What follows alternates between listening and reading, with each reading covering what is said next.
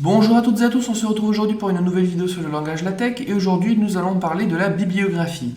Nous allons voir en particulier comment insérer une bibliographie de manière dynamique, c'est-à-dire de façon à ce que nous puissions la modifier assez facilement, qu'elle soit très simple à gérer si on possède une multitude de citations à insérer, et aussi de pouvoir changer le rendu visuel sur le document PDF de manière très simple, et non pas fastidieuse comme dans la vidéo précédente que j'avais réalisée.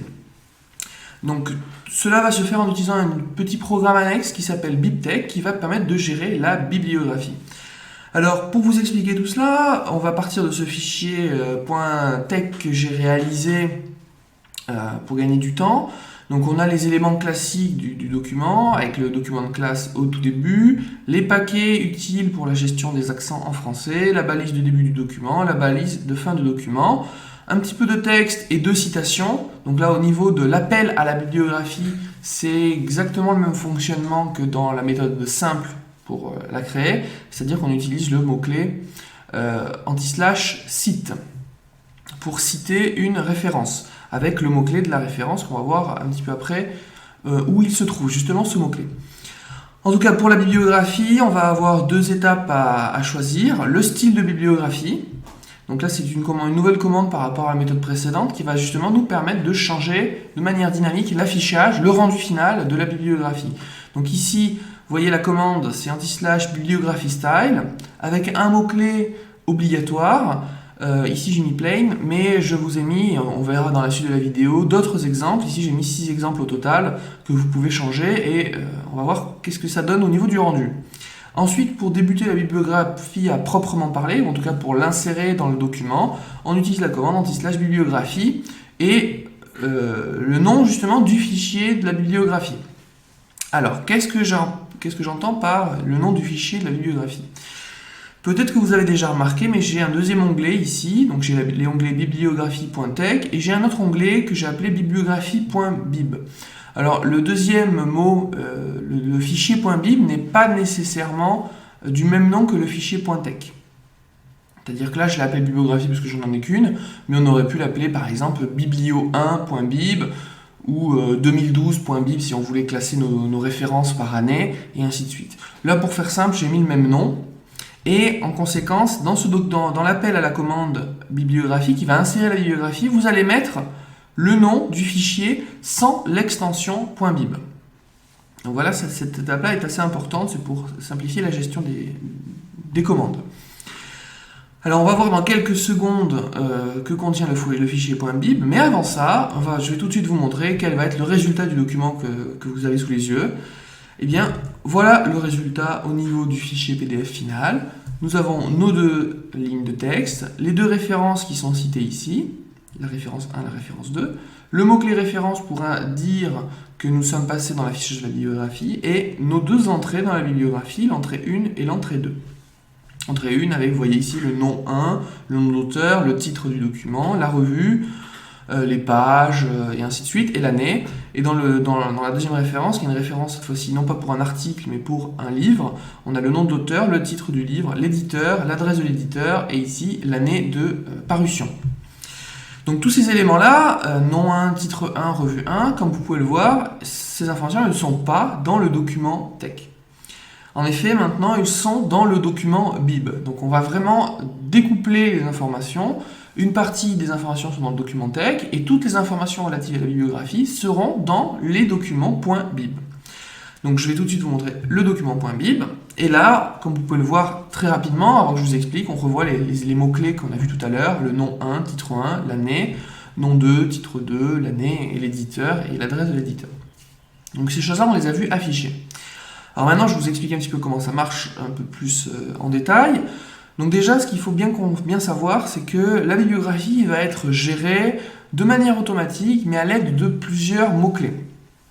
Les premiers mots-clés qu'on va trouver, c'est tout simplement le type de référence, le type d'objet que l'on va insérer dans notre bibliographie. Vous voyez ici, le @article, avec ici un crochet ouvrant et qui se ferme ici, c'est tout simplement toutes les informations relatives à un article que je vais insérer dans ma bibliographie. De la même manière ici, @book, qui est book pour un livre, début de l'accolade et on la ferme ici. Ce qu'on peut voir, c'est que c'est une deuxième entrée dans notre document de bibliographie qui va être de type livre. Alors pourquoi je dis ça? Tout simplement parce que chaque type de bibliographie n'aura pas besoin d'afficher les mêmes informations dans notre fichier PDF final, et qu'il existe plein de mots-clés, donc j'en ai rajouté d'autres à la fin du document ici. Donc on a article, on vient de le voir, book, on a aussi les références qui sont issues de conférences, de proceedings, des références qui n'ont pas été publiées par exemple, ou par exemple des références typiques qui sont des thèses de master ou des manuscrits de thèse de doctorat. Donc voilà les différents mots-clés qui peuvent réaliser des entrées différentes de différents types dans le document.bib. Et au sein de chaque type de référence, on va utiliser d'autres mots-clés qui ont leur sens justement dans ces références-là. Ces mots-clés, on peut en trouver la liste exhaustive sur internet si vous cherchez un petit peu BibTeX, B-I-B-T-E-X, c'est vrai que je ne l'ai pas écrit, mais c'est BibTeX, B-I-B-T-E-X. Et donc ici, par exemple, pour un article, les mots-clés qui peuvent être utiles, on a le author, qui est l'auteur, le titre, l'année, le journal, le volume du journal, le numéro du volume, je ne sais pas exactement, et la page, des pages de début, pages de fin ici, de l'article. Pour le livre, on a ici seulement l'auteur, le titre, l'année, le nom de l'éditeur, ainsi que l'adresse de l'éditeur. Donc vous voyez, c'est pas vraiment le même type d'information. En effet, un article, ce qui est important, c'est de citer le journal dans lequel a été publié cet article, alors que dans un livre, ce qui est important, c'est de rajouter le nom de l'éditeur et éventuellement l'adresse de l'éditeur. Alors, ces deux éléments-là permettent ensuite, dans le fichier texte, compte tenu du mot-clé qu'on a utilisé ici dans le style de bibliographie, de réaliser l'affichage que nous avions vu et d'ordonner les informations en fonction de ce qu'on a donné comme information, mais aussi du choix de style. Donc comme vous pouvez voir, là on a le nom, le titre, la revue, et on retrouve à peu près toutes les informations que j'ai données dans le document.bib, mais comme la préférence 1 est un article, on ne voit pas le nom de l'éditeur parce qu'il n'en a pas, par contre on voit le nom de la revue qui est ici écrit en italique, alors que pour un livre, vous voyez, la mise en page est différente, bien qu'on lui, on ne lui ait pas précisé. Cette fois-ci pour le livre, c'est le titre qui est en italique, et l'éditeur, qui apparaît cette fois-ci, n'est pas en italique. Donc au niveau de la gestion de la mise en forme, tout est géré de manière automatique par BibTeX via le mot-clé que nous avons inséré dans notre document texte. Donc ça permet une très grande souplesse, et on retrouve tous les avantages du LaTeX qui sont de pouvoir modifier très facilement la mise en page sans perdre un temps infini à modifier chaque entrée ligne à ligne de la bibliographie, comme cela pourrait être le cas en utilisant la précédente méthodologie, la précédente méthode que j'avais présentée dans une vidéo également précédente. Voilà pour ça. Alors je vais vous montrer un petit peu quelques exemples de bibliographie, de style de bibliographie. Donc on a vu plain, on peut mettre insert. Alors, je vais revenir un petit peu après sur ce que je suis en train de faire au niveau de la compilation, puisque la compilation a été également modifiée à cause de l'ajout d'utilisation du logiciel BibTeX. Et pour l'instant, on va juste regarder ce que ça donne. Et donc, vous voyez, ça n'a strictement rien changé ici. Le insert, par rapport au plain, n'a rien changé, tout simplement parce qu'il a récupéré les informations de la bibliographie dans le même ordre que celles que j'avais mis, non pas exactement. Donc je ne sais pas vraiment ce que fait insert. Désolé. Écoutez, on peut se documenter un peu plus si on veut savoir. Alpha. Alors je vais recompiler avec alpha. Vous voyez, alors là par contre, on a un vrai changement au niveau de la bibliographie. Ce qu'on voit, c'est le nom de l'auteur. Donc le nom 1, c'est nom 1. Et on a le nom de l'auteur et on a l'année, 13. Pour la référence 2, on a le nom de l'auteur. Donc on n'a pas le chiffre qui est ici, il a tronqué. Bon, en général, le nom d'auteur n'a pas de chiffre à la fin. Et ici, on trouve l'année. Donc nom de l'auteur, nom du premier auteur, année, en utilisant le mot-clé alpha. Si on utilise abréviation, et qu'on réalise notre document, on a ici un autre style qui ressemble au précédent. Alors effectivement, comme vous l'avez vu et compris, il y a un certain nombre de mots-clés, d'une part que je ne connais pas forcément quel est l'affichage, mais qui dépend aussi du type d'objet que vous avez mis dans votre bibliographie et de la quantité d'informations que vous avez mis ici. Là par exemple j'ai vraiment mis le minimum, mais si vous allez sur internet et que vous recherchez un petit peu plus BibTeX, les mots-clés, vous allez voir qu'il y a une quantité assez importante de mots-clés qui permet de vraiment donner énormément d'informations sur toutes vos références. Et toutes ces informations-là, c'est peut-être à ce moment-là que les autres types de bibliographie vont apparaître, vont changer de manière importante la mise en page. Bon, en général, on en trouve une fois qui nous convient, et on reste sur celui-là. Alors là, je vais montrer ACM, qui... Alors là, voilà, ça a changé. Au niveau de la référence, c'est toujours la même façon de numéroter, avec des chiffres. Par contre, vous voyez, le nom de l'auteur, cette fois-ci, est en capital. Et on voit qu'il y a quelques changements. Par exemple, ici, ce numéro-là est devenu en italique, alors que tout à l'heure, il était écrit de manière... il était droit. Et enfin, le AppAlike. Et vous allez voir celui-là. Hop. Donc voilà, une référence un peu différente au niveau de la mise en page. Là, on a le nom complet de l'auteur. On met une virgule et on met l'année entière à laquelle l'objet a été publié. Le nom d'auteur 2 et l'année entière 2014. Et par rapport à ce qu'on a vu tout à l'heure, qui était le alpha, on va revenir sur le alpha. Ce qu'on voit, c'est que c'est le même principe. On a le nom de l'auteur et l'année, sauf que dans le alpha, on a le nom de l'auteur et juste les deux derniers chiffres de l'année. Donc 2013, donc c'est 13, 2014, ça sera 14. Alors que pour le AppAlike, on avait le nom complet, virgule, l'année de publication.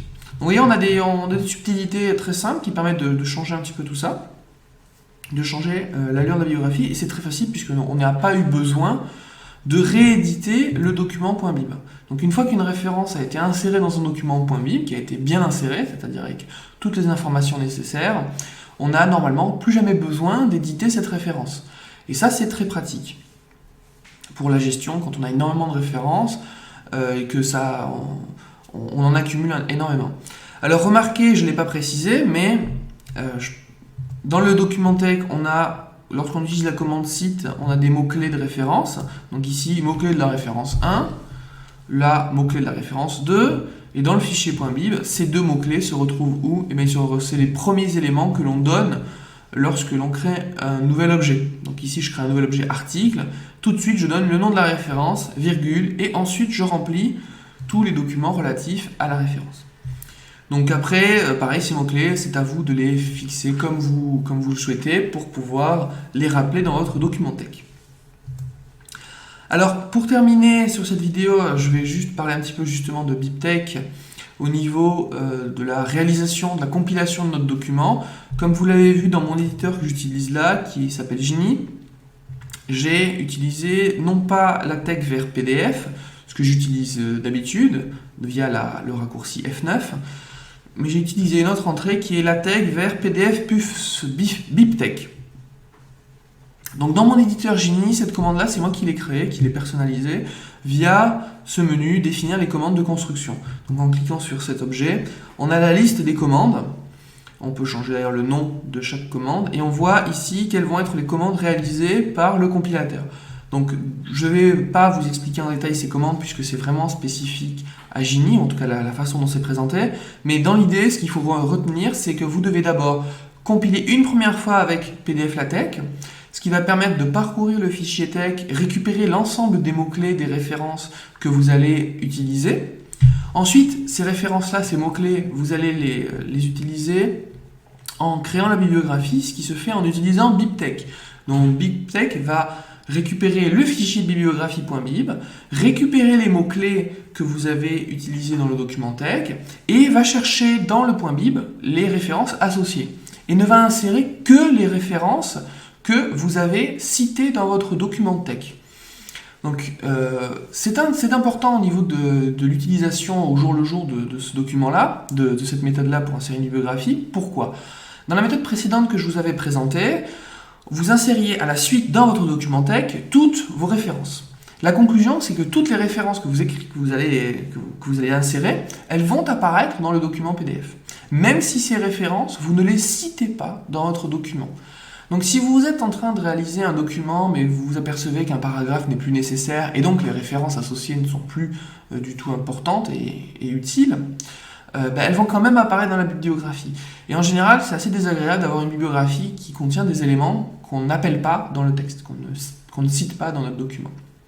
Alors, grâce à BibTeX, on n'a plus ce problème-là, puisqu'il ira tout simplement chercher dans votre bibliothèque de bibliographie toutes les entrées que vous souhaitez afficher. Donc ça se fait par l'appel de BibTeX ici. Et une fois que c'est réalisé, vous allez maintenant rappeler le document PDF LaTeX, qui va pouvoir, compte tenu des mots, des références, faire le lien entre la bibliographie et votre document PDF pour l'insérer à celle-ci de manière propre. Et comme toujours en LaTeX, souvent on a des petits soucis du type de mise à jour de la bibliographie. Par exemple, la numérotation de la bibliographie a changé parce que vous avez rajouté des articles, et ainsi de suite. Et là, j'ai rajouté une autre commande PDF LaTeX pour être sûr que tout ça fonctionne. Donc, résumé, PDF LaTeX une fois, BibTeX, puis 2 fois PDF LaTeX, et ça vous permet d'obtenir votre fichier PDF avec votre bibliographie. Ce qui est utile, c'est que dans la plupart des éditeurs, des interfaces que vous allez utiliser, ces choses-là sont automatiques. C'est-à-dire que là, vous voyez, pour Gini, je l'ai fait une fois, maintenant, je n'y touche plus, je vais tout simplement en construire, je valide ça, et il va tout faire de manière automatique, sans que j'ai à réfléchir quelle commande je dois réaliser. Si vous utilisez TextMaker, par exemple, vous pouvez chercher dans les menus, trouver dans des options de compilation rapide, il va vous demander de choisir quelle est l'option de compilation, et vous allez devoir choisir celle qui utilise BibTeX. Maintenant que j'y pense, et pour terminer, par rapport à la différence entre plain, insert et les autres que je vous ai montré qu'on ne voyait pas de différence, c'est aussi parce que dans votre bibliographie, par exemple, là j'ai mis le nom d'auteur 1 dans le premier élément de mon fichier, la deuxième référence avec le nom d'auteur 2. Le plain ou insert, ça permet d'aller piocher les références dans votre bibliographie, mais en ne les corrélant pas forcément à l'ordre d'apparition dans votre document texte. C'est-à-dire qu'ici, je cite la référence 1, puis la référence 2, mais j'aurais pu citer la référence 2, puis la référence 1. Si je cite les références dans cet ordre-là, ce que vous pouvez voir, c'est que j'ai la référence 14, donc l'auteur qui est associé à la référence 2, qui apparaît en premier, puis la référence 13. Et vous voyez au niveau des références, ça reste quand même le nom 13 qui apparaît en premier et le nom 14 qui apparaît en second. Mais si on change le mot-clé qui est là, on devrait pouvoir également modifier l'ordre d'apparition dans la bibliographie. Donc là, on a encore, pareil, un changement ici, entre la référence 13 et 14. Si je mets insert,